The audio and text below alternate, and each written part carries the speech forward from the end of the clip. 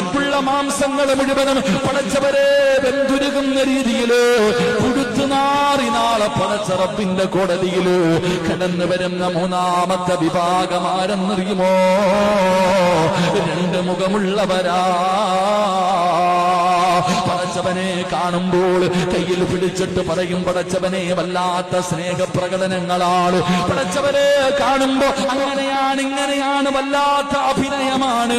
വലിയ സ്നേഹമുള്ളവനെ പോലെ, വലിയ ഈമാനുള്ളവനെ പോലെ, ആത്മാർത്ഥതയുള്ളവനെ പോലെ കാണുമ്പോ പടച്ചവനെ വലിയ സന്തോഷമാണ്. പക്ഷേ അങ്ങോട്ട് തിരിഞ്ഞു കഴിഞ്ഞാ ഈ പറഞ്ഞതിന്റെ നേരെ എതിരാ. അവിടെയും നിൽക്കും ഇവിടെയും നിൽക്കും. എന്നിട്ട് പടച്ചവനെ ഇടയിൽ കടന്നുകൊണ്ട് അങ്ങോട്ടും ഇങ്ങോട്ടും ഓരോന്ന് പറഞ്ഞു തമ്മിലടിപ്പിക്കുന്ന സ്വഭാവമുള്ളവരുണ്ടല്ലോ, കുടുംബങ്ങളെ തകർക്കുന്നവരുണ്ടല്ലോ, സ്നേഹബന്ധങ്ങളെ തകർക്കുന്നവരുണ്ടല്ലോ.